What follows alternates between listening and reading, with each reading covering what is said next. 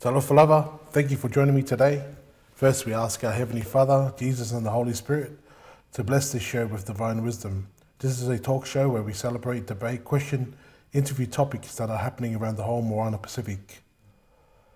Today, we are joined again by Professor Dr. Afualo Wutsalele, a Samoan economist, academic, and former MP who is a leading voice on education, economic development, and national growth in Samoa. It's a pleasure to have you on again, Professor. Today we don't have. Today we are joined. Professor is unable to come on the video link, but we are fortunate enough to have him on the phone. So, Professor, I welcome you to the show. How are you? Yeah, thank you, Tarafa Mike. Again, it's a pleasure that we continue our program today as usual. Yeah, I'm fine. I'm very fine. It's just thanking God for the blessings that we receive every day. Yeah, on that note, yeah, I also would like to welcome our usual listeners and others who have just joined our program. Yeah, Tarafa, Maro. Thank you, Professor. I just wanted to ask, how was your week that has just gone past in Samoa? Yeah, well, um, there's been heavy rain this week. It's normally, around about this time we are already in the dry season, but that's not the case.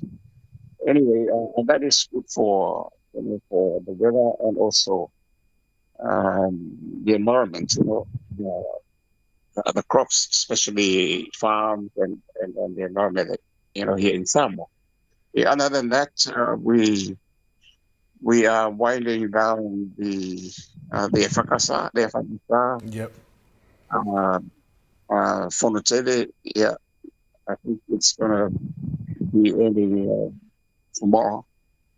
Yeah, and then after that, then we will have the Methodist conference, and I think they're starting to come in. Which, although that it would be on next month. No, sorry, the following July. Yeah. But then we have the conference, the Alpha Funding conference before that. So and there are other churches conferences too going on. So it's quite a busy this month and also next month going up to July. Overall, at the moment, this it's quite a buzz around up here and also other parts of Olu and Hawaii, and particularly the games preparations for the final stages of the competition with the traditional Kirkichi and also the Fotasi race. Yeah, Yep.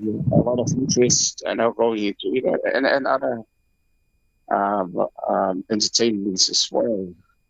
So as of now, that where the past is, um, the fans most schools will start their exams probably next week for us, the university. Yeah, we have study week coming next week and then the final exam the following week. Yeah. So basically, that's where things are. The business as usual when we look at like um, typical complaints about the cost of living, but it's expected at this time because of the oil crisis and so on. Yeah, and we hope that things will work better as we move towards the future. Yeah, and I think there's nothing much from the government, but this time the government is preparing the budget. You know, because the normal financial year begins in July, so is about a month, June, and then after the independence celebrations, and then we go into the budget debate. It would be interesting, and I think our program is also looking forward to the debate and see how the budget is faring up this time around. Other than that, yeah, some districts are still vying for their quota of their portion of the 1 billion and 2 million. So let's hope that this will be cleared up, given uh, the issue of that compensation, environmental compensation for Safata. Yeah, and then I think the electoral cases are now resuming. The court cases, particularly the one that involves the deputy prime minister. Yeah, and also I think another election. There's some new petition for the Valmonga, the recently. So that would be working out for some time. And then Safata, by election, to be coming up, very soon. So it's quite interesting. Yeah. A lot happening in Samoa, but yet it is a little bit, it is quieting down with a lot of less drama, but still the same problems. I can see that in Samoa. You mentioned earlier, Professor, that's one of my questions that I have here. You being an economist, and you touched on the rain. Now, there's a story that's come out that said, I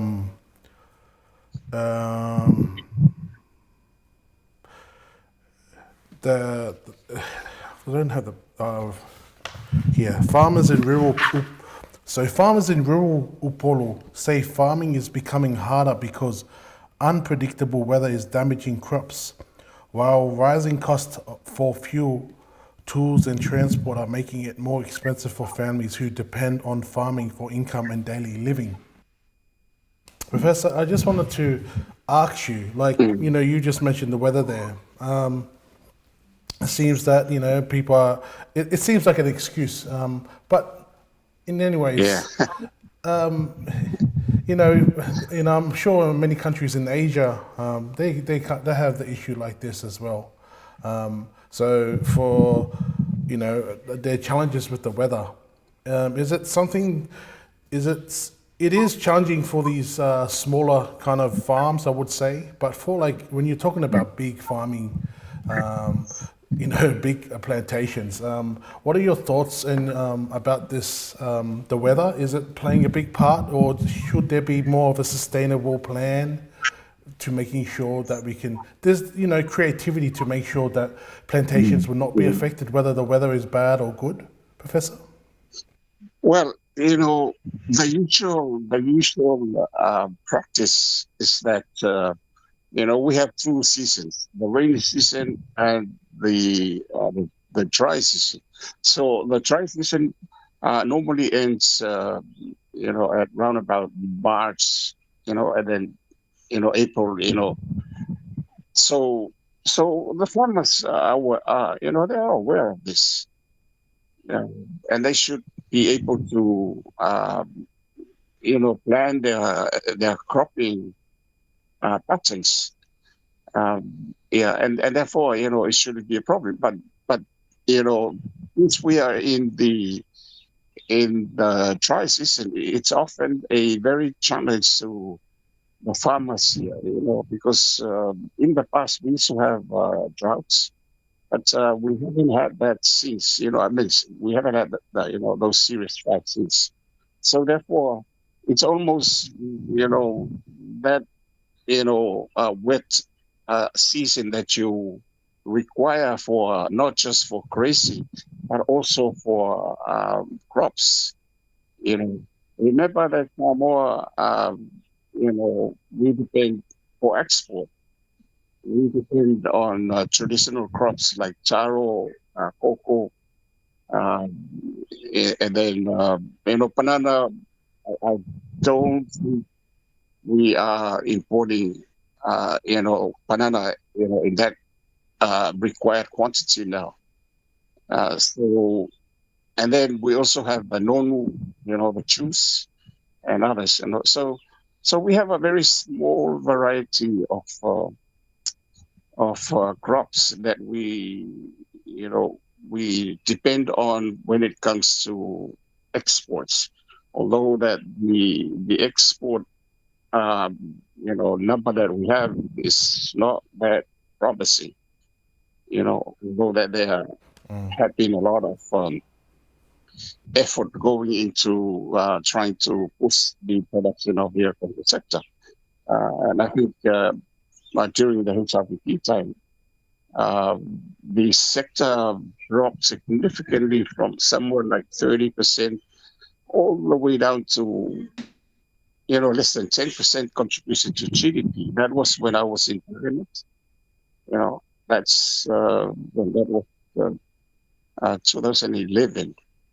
Uh, and I can recall that the Minister of Agriculture at the time was the uh, uh, one of the Tabaina, the deputy head of state, the Mambero Pachi, and he, you know, in his opening speech, of the 5-year term that we had, I can still remember that he was really passionate about trying to implement new policies to push the agriculture sector.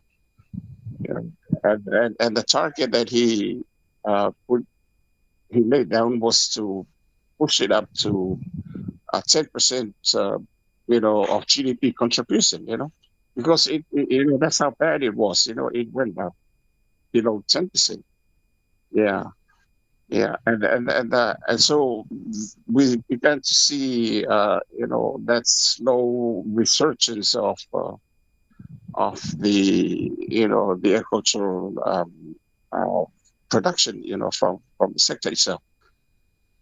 And then, um, I also want to mention something, because during that time too, one of the policies that was put forward, and we hardly debated it, uh, and the policy was mainly, about getting something out of the fishery sector, you know, and he put forward a policy which still reaping a lot of benefits for the agriculture and fishery sector, by opening up our economic, exclusive economic zone, and allow foreign vessels, fishing vessels to come and register in Samoa, and then they can pay a subscription, or there's a fee, Yeah. and then they can fish, within our exclusive economic zone. And not only that too, that also became the cornerstone of using our wolf, Matautu wolf, Yep. using the Matautu wolf as a transshipment wolf, for the fishery, the fishing sector. That means, when smaller fishing boats, when they go out, and all those foreign fishing vessels that register in Samoa, they can go fish, and then they come, they they um, they store the fish, on the wharf out, and then the main personas, the large fishing vessels, when they came, they unload those, and then, move on to their destinations, and that's, it created quite a few employments, and for our people. And not only that too, we also earn a lot of money from from not just the registration fees of using the exclusive economic zone, but also the lease, the lease of the wharf itself. You know what I mean? Because a lot of these vessels are coming in, they come and go, and I remember, I think not very long ago, the SPA, the Samoa Ports Authority, they declare quite a very handsome, um, money. I mean, profit, and then they gave their 7% dividend. I think it was probably somewhere like probably 7 million. I mean, Wow. yeah. I think they gave, because it's about 7%. It's probably less than that, or but it's this is one of the fruits of that policy that was uh, you know brought up by HRBP at the time. And then when the declaration came, this was during Lautimuia, when Lautimuia was Minister of Finance. Yep. Yeah. Fast one. And I was just looking at it and I said, my gosh, um, if it wasn't for that policy, although that they are, we are earning money. Remember, every ship that comes into the wharf, there's a fee that has to be paid. So we don't normally get that much ships other than the cruise, those big cruise ships. Yeah, and then but most of the ships that are docked there, most of them are fishing, vessels, fishing, and so therefore we're earning a lot of money from it. So I look at it, millions of dollars, and part of that, and as the 7%, dividend has to go to government for the budget, because SPA is is it's an SOE, it's a state-owned enterprise. Yeah. So anyway, the reason why I touch on that is because part of, to answer your question, this are the kind of initiatives that we need to boost the growth, through the agriculture sector and any other sector. So in this case here, it was a fishery. So and now with the new government and allowing, and I think from the last government, it has been planned that the agriculture sector would be split from the fishery sector. So there are now two, ministries. It used to be one, under the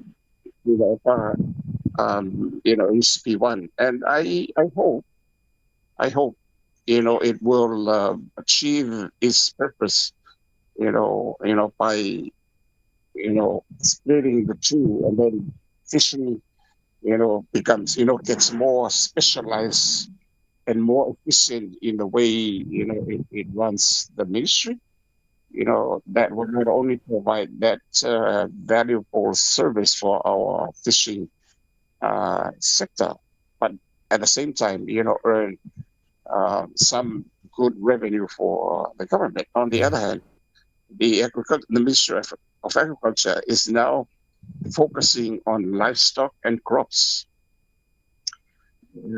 which, because the other portion of the other section of the agriculture sector that he used to have, was the forestry. But that, I think at the time when I was there too, forestry went to the Ministry of Resource Environment, environmental. So I can't, you know what I mean. Yeah, Professor. Yeah. I just wanted to clarify. I don't know if I misheard you, but when you said the Minister of Finance or the CEO of Finance, Lautimuia, was it at that time? Or did you say in the FAST one, did they get rid of any of those policies, or change any of those policies that HWP had put in? No, they didn't. So it's still in place. Okay. Yeah. Yeah, But that's I correct. remember, when that dividend was declared, Yep, because they gave the check to the government, and I think it was I think and, it was Lautimoya who usually receive that, which is good, because these are state-owned enterprises. yep, And then that, once I heard that and I looked at this, now these are some of the tangible benefits of that policy, you know, that was put in place under Tunep, yeah, and that was very, smart thinking, because we were, when we were debating the policy, I, I, I even made a comment, I said, look, um, in as much as we feel, very territorial, that's, if we put it into the right context, yep, uh, we have a very small, exclusive economic zone, yep, when amongst all our island nations, Samoa have the smallest. Although that we are much bigger than to allow the way, even Tonga and in Saint, yep. but our exclusive economic zone is very, very small. Yeah, I remember you And mentioning therefore, that. I remember you mentioning that with the other show, Professor. I just wanted to move more into the 7% dividend you just mentioned there. The SOE you said. yeah. Can you talk us through with that seven? When you say dividend, is in my mind, wouldn't all the profits from that policy that they put for the exclusive economic zoning that the government have put in, is that the government doing that policy, or is that another company of the government that is actually collecting that money that's coming in from those ships and those fishing vessels? Okay, I see. No, that is under the jurisdiction of the sector. In this case here, it's the management of the wharves. It's Okay. done through the Samoa Ports Authority. So Oh, it's Ports them, Authority. Yep. because they have a CEO, and they have a large contingent of employees as well. So they are the ones who manage our ports, They're not and the. Yep. at the same at the same time, they are also responsible for collecting this. Remember this levy, this fee we allow foreign vessels to come and register here Yep. and fish Yep. our within our exclusive economic zone, and therefore we levy a fee on them, and also if That's right. we don't know about tax through the profits and others, because these other companies that are registered outside, but they register here just to use, The yeah. yeah, And yeah, Professor, yeah, do you think there's space for so yeah, just to kind of give the the people at home yeah. the understanding. So we talked about the rural farming and at the start, you know, but crossing over to this subject which you brought up, Professor. Mm. You've mentioned the Ports Authority. Is that so? It's a private company, or is that a? No, no, no. It's a state-owned enterprise. Yep, that's right. Yeah, State-owned yeah. enterprise. It's a government, but it's managed privately, by the government. It's not a ministry. Okay. You know, yeah. Yeah. The ministry. They have the CEO. Even state-owned enterprises. The only difference is that the manifesto for state-owned enterprises first is to maximize profit. You know, and Yep. then second is to provide the whatever services that are required for the public. So out of that, they are the money, making ventures for the government. You know, so Yep. yeah, that's quite a lot. We have about 30 SOEs Oh, okay. Yep. It's a lot, like EPC.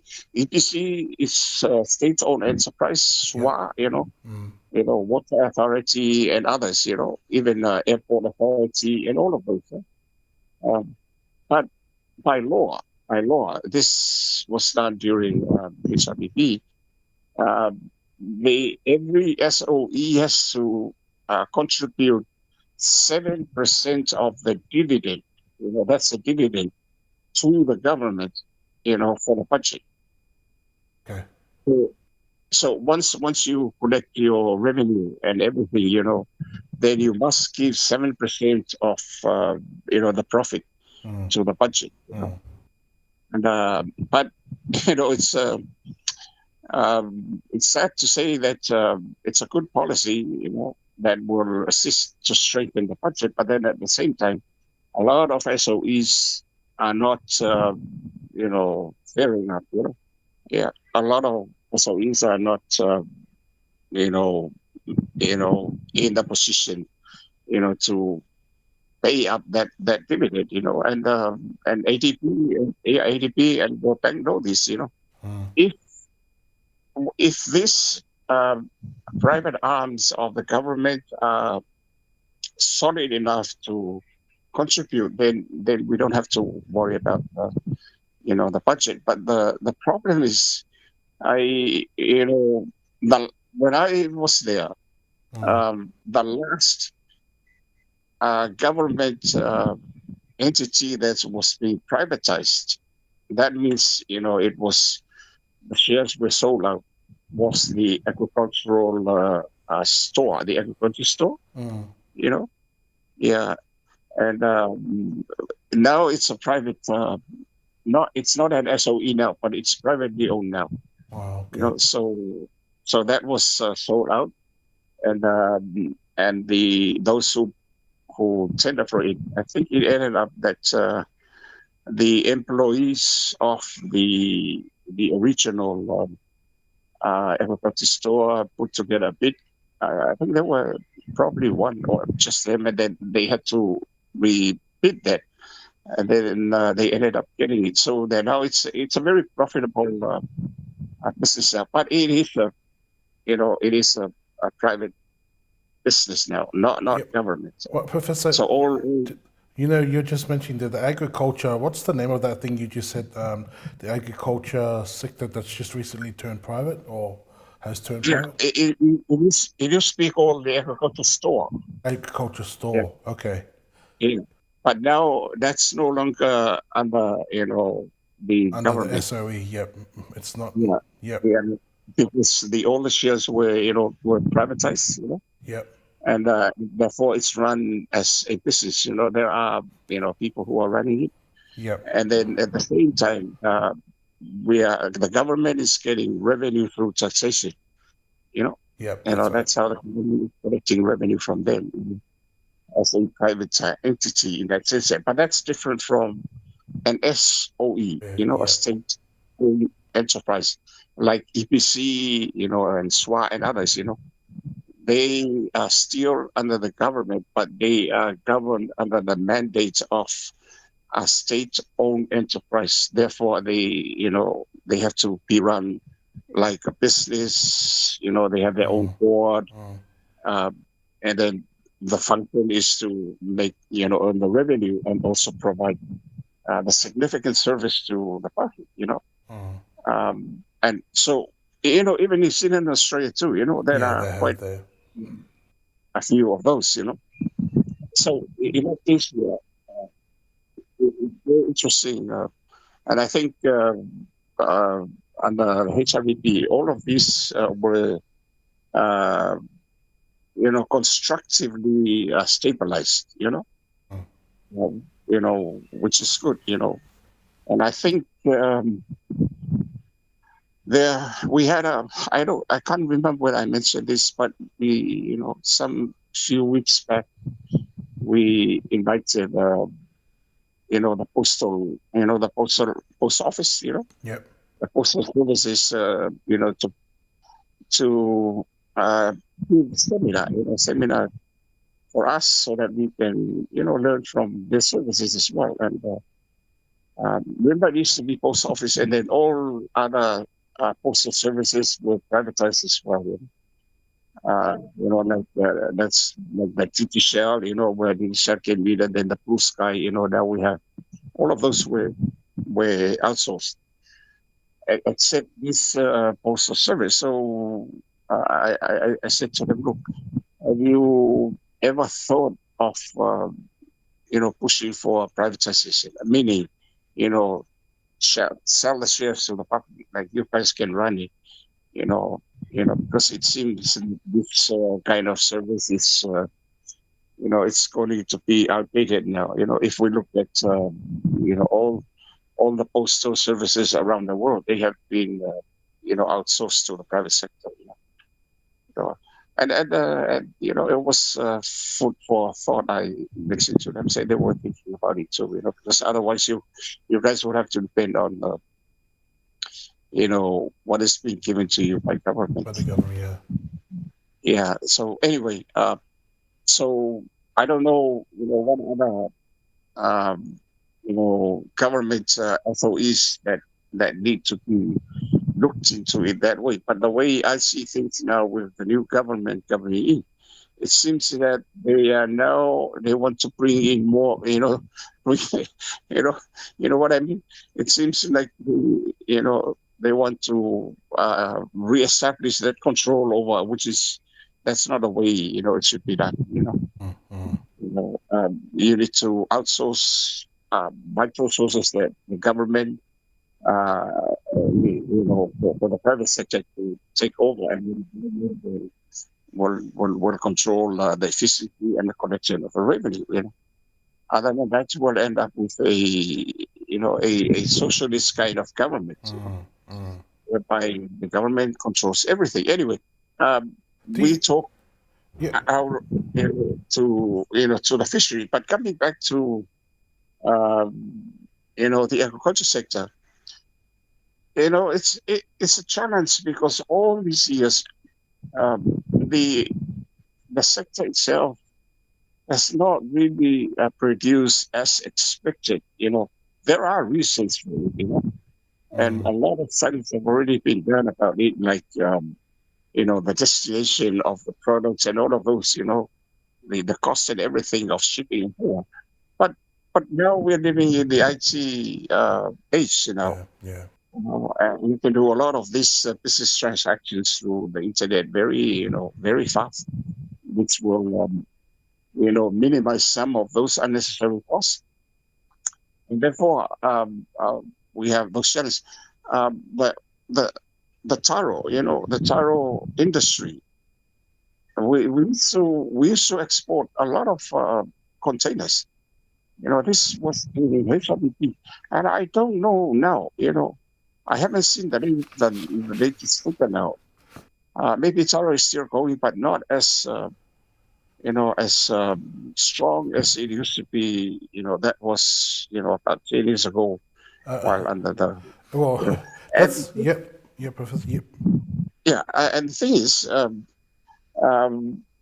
the a lot there were quite a few independent and individual exporters, you know, and what I have learned from it, this is my own experience, other than the actual facts that what happened in the history of the agriculture sector. Um, the small I would say the small exporters, in the sense that they can only survive for some time, but when we look at the sustainability of their operation, that's not the case, and it's very sad. And I hope if Laudi, if FAST really wants to rekindle that spark, they need to focus on assisting the exporters, because at the moment the exporting of the taro is now monopolized by the larger business, entities like Aliki, you know. and nobody, because I don't think they have taro plantations, but they have contracts with With other. local farmers, and then they collect, and they have the resource. They have the resource to do that, and which is good, and they survive that, and there's a lot of money that they earn for it. But if you go as an individual, I tell you what, you won't survive, unless you have a government backing, a government support. And I call that, stabilization. There should be a stabilization fund to help the exporters, and I hope that not only, and fast look into that if they want to make sure that these small farmers or the exporters would be able to sustain. Otherwise, it will only go for some time, and you know and not only that too, there are a lot of other uh, challenges when it comes to what we call the phytosanitary uh, regulations. So New Zealand and Australia, even US, they have very, very stringent quarantine measures, for our products to be accepted. Therefore, we have to prepare, our products locally, and in order for them to be accepted in those markets there. And for the taro alone, um, I think Fiji is now the predominant, supplier of taro. Although the the reason our people in New Zealand eat our taro, so to speak, is because of, there's a niche, it's a niche market for us. And also that patriotic feeling that our people have, in New Zealand, Australia, or even America, although that the Fiji taro is there, but, they would go and ask where is this taro from? If it's from Samoa, they would go and buy it, no matter how much the cost, you know, you know what I mean? So it's a special niche market for us. And if the government can look into that and then try and tap into, setting up those stabilization, assistance for those who are dealing, with those activities in the export market, and then everything will be fine. Other than that, Aniki, which is a very large stakeholder here, yeah, they are the major exporter of taro. So I know this. Mike, because during the time of the Tautua, that was when I was the chair. This was one of the issues that we're looking into.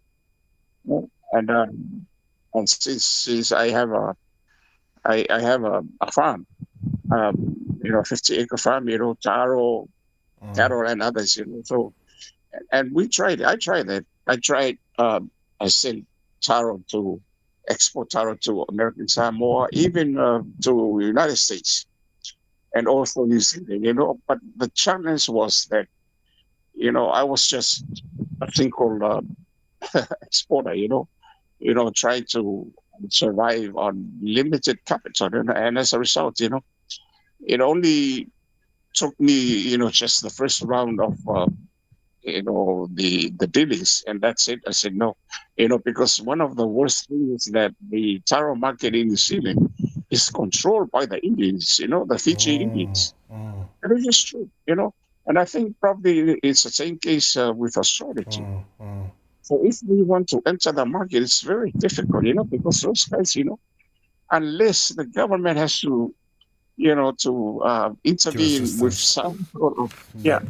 some sort of very constructive, uh, policies to make sure that they help with the exporters, Yeah. then that works, So, and in saying that, and that goes for others too, we've had, remember we had a the Nonu was also going well. I don't Yeah. know maybe about the Nonu, the figures, but Ava, the Ava was also doing extremely well, and then it hit a snap.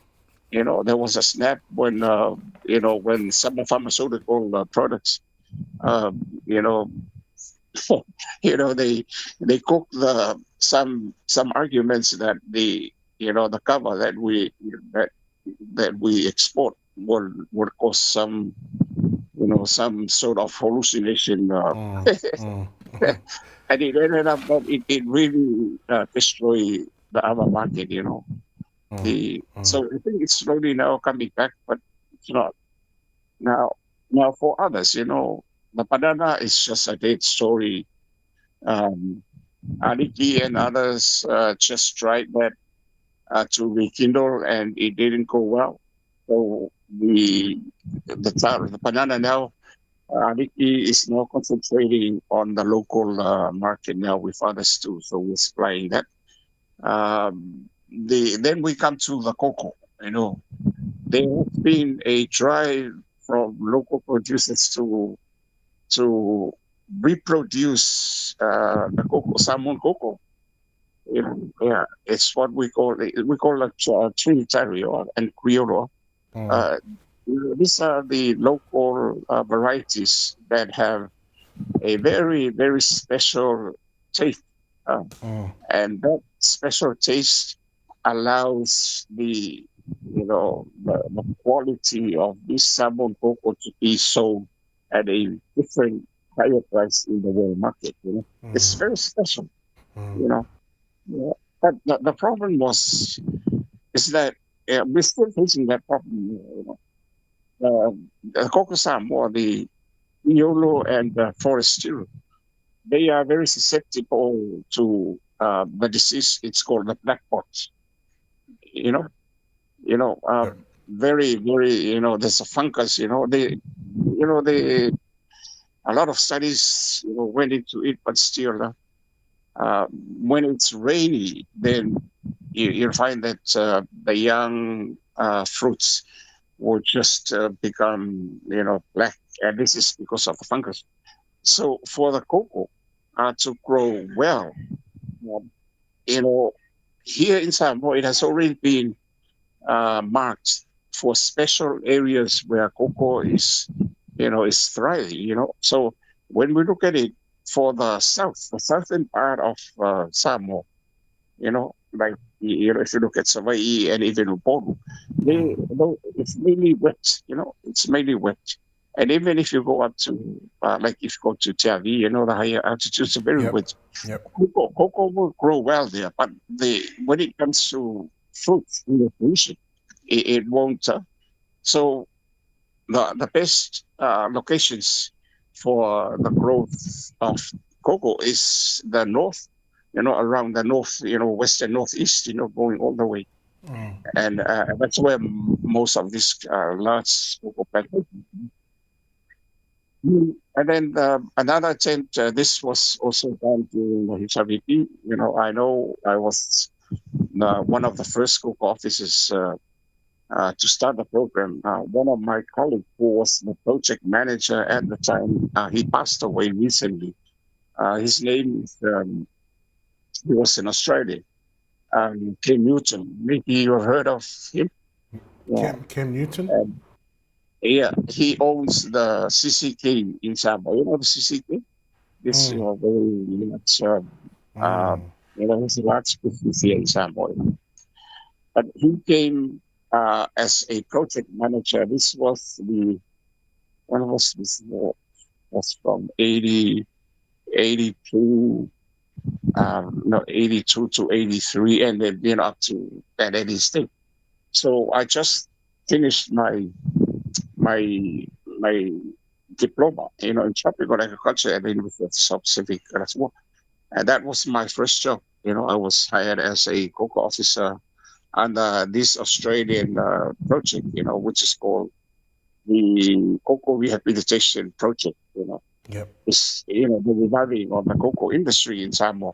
But what the project did, rather than going into try to improve the resistance of the local varieties, but they introduced a new cocoa which is called a melonado, Mm. and that is it's called coco solomona, because the melonado, uh, you know, it resists to this black pot. Mm. Uh, it's from Solomon. So I asked, what's why aren't we reviving the local varieties, because they have a special flavor in the market, but they said they are focusing on increasing the volume, the volume.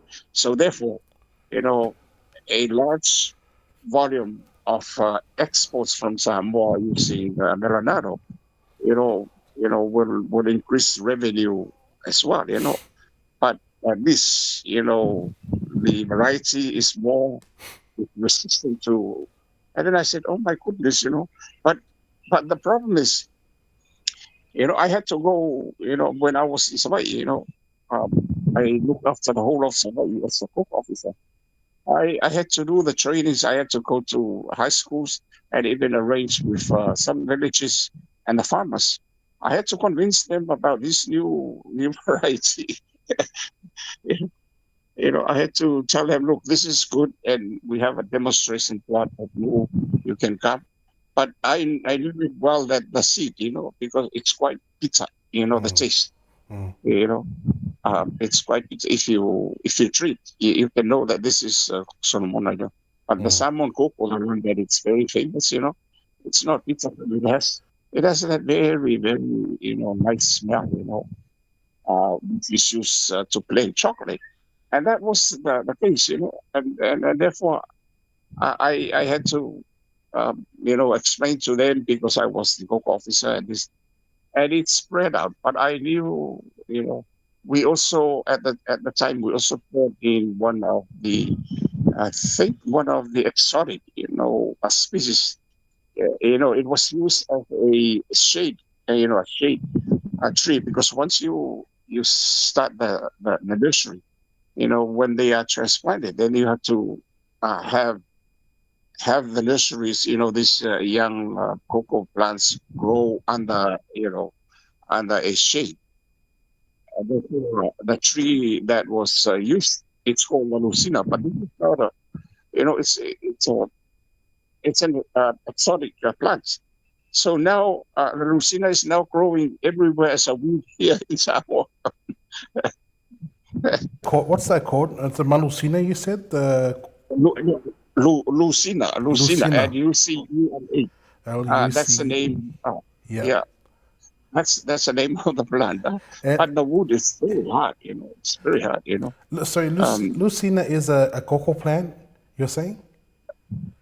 no, no, no. Lucina was a shade plant.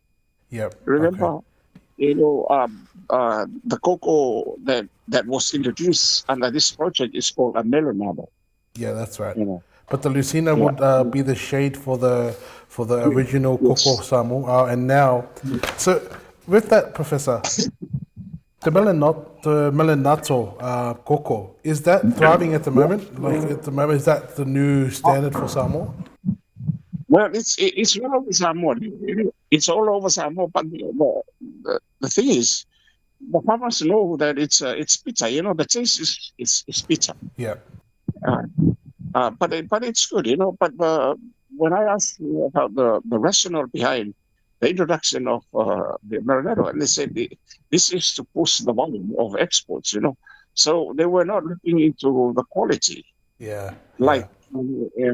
like of if we export more of the local varieties, like the Coxamo, the Trinitario, and Marinado, that would be a different story, because they are sold at a higher price at the world market. But because it's susceptible to the black box, that's why. Yeah. Yeah. The black pot. So Yeah. that's going to be, yeah. But now um, local farmers are now going back. They're now going Oh, back that's to good. grow the salmon cocoa, because it's so locally, for consumption, and Yeah. the taste, it tastes really good. that flavor there. Mm. So, sometimes when you think of projects, you say, my goodness, yeah. But, but after, because they were here for quite some time, the cocoa project, Ah, okay. this was feeding to Australia, Yeah. and so my boss at the time, was the head, he was the guy who was heading the project. So when the project was finally over, you know, he stayed here in Samoa. Yeah. Fell in love with the salmon culture. He brought his family here and everything. But the good thing, was I met him once before he passed. Before he passed on. He runs a very successful business. He also has a large coffee plantation in Savaiata. Mm. Um, he has that very famous CCJ coffee. Mm. Um, Okay. I'm sure you tasted it. So he did really well, and his family, his children live here. Which is good. I think Wow. the others too who came on the project. So that kind of uh, you know uh, relationship that we have with our donor partners. So It's very. whatever. Yep. Sorry. So whatever enthusiasm that fact that Naomi is trying to bring forward, I tell you, Mike, and even our listeners, we have been there. HRPP knows this very well, you know. Yeah. So that knows it, and they poured in millions of dollars to projects and others to revive the agriculture sector. But last time, before the taro industry, this was the early 90s, Mm. I think it's Mm. 1991 when taro was hit by the black, the fungus, and that was it. That was the end of the taro industry. And then until more than 20 years, it took quite some time for the new varieties now which are able to resist to the fungus, the fungus that destroyed the taro industry. Yeah. Mm. Yeah. So, Um, mm, Professor, I just want to rewind back a little bit because it's very interesting. I'm yeah, very interested in this topic. You mentioned before taro, coco Samoa, and bananas and anonu. Off the yeah. top of your head, what's our biggest export for Samoa? What's the biggest export when it comes to food? Is it taro? I haven't seen the latest figures yet. I have not seen, but Oh, okay. fish, Yep. because we export a lot of fish to the American Samoa market, and other places too. So for the agriculture, because when we look at the aquaculture, remember agriculture are different, you know. So agriculture deals with the noble crops, like in the case of Samoa, like the taro, all the root crops like the yams, tamu, and banana, and so on. But when we look at aquaculture deals with raising fish, on on land, using you know ponds, use ponds, um, Yep. and and we don't really have that. There has been a push when I was looking into it, but it didn't really take off the aquaculture industry here in Samoa. But on the other hand, then we have the fishing. Fishery is different. You just fish any fish from the ocean. Yeah. We have a Mm. bigger man. So, so that is. But then coming back to the traditional crops, we have the cocoa, banana, taro. I think taro is at one stage, the Nonu did really well, but I don't know what is happening now. Maybe it's still going, but not.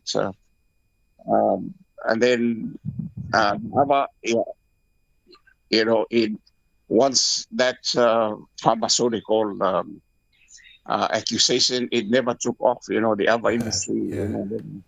yeah. It's So, what so I'm. I think, Yep. sorry. What I'm trying to hit So I at. think, Sorry, Professor. You go, yeah, Professor. yeah. No, what I'm trying to say is that probably Taro. Since I haven't seen Yeah, the yeah, latest. yeah. I think you're right Mm, with the fishing. Fishing is up there. I didn't know. I just looked yeah. at here. It just said the largest export is refined petroleum. This is things. Didn't know about that. Processed petroleum oils is the Samoa's biggest export. 1/3 of Samoa's total export revenue. Wow. Professor, I wanted to kind of hit on this part here with the taro, cocoa, banana, and nonu. So we got Aliki there. Aliki is seen as the exporter, and what it seems like what you're saying is there's no state-owned enterprise that helps or assists with exporters for the small man and the small farmers. Is that what you're? That's what I'm getting the gist of. That we need to kind That's of right. really focus on the middleman. Would you say Yeah. that that middleman, Professor, you do mention as well the Indians, a lot of Indians are involved with the New Zealand market, which, obviously benefits the Fijians with the connection Yeah. there.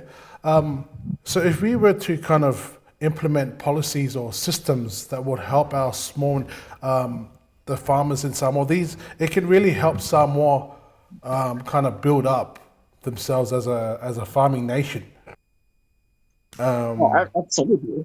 Absolutely. See, when when Tautua, was in parliament, and then he became the president. One of the issues we were looking into it to revive the industry, the agriculture industry, is to set up an export authority, which now the FAST has done that.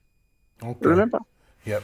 they've just opened, launched the new Samoa Export Authority, and that is from us, Okay. because that's our, So I'm happy that they've done that. So the next thing now is to make sure that the Samoa Export Authority does its responsibility of making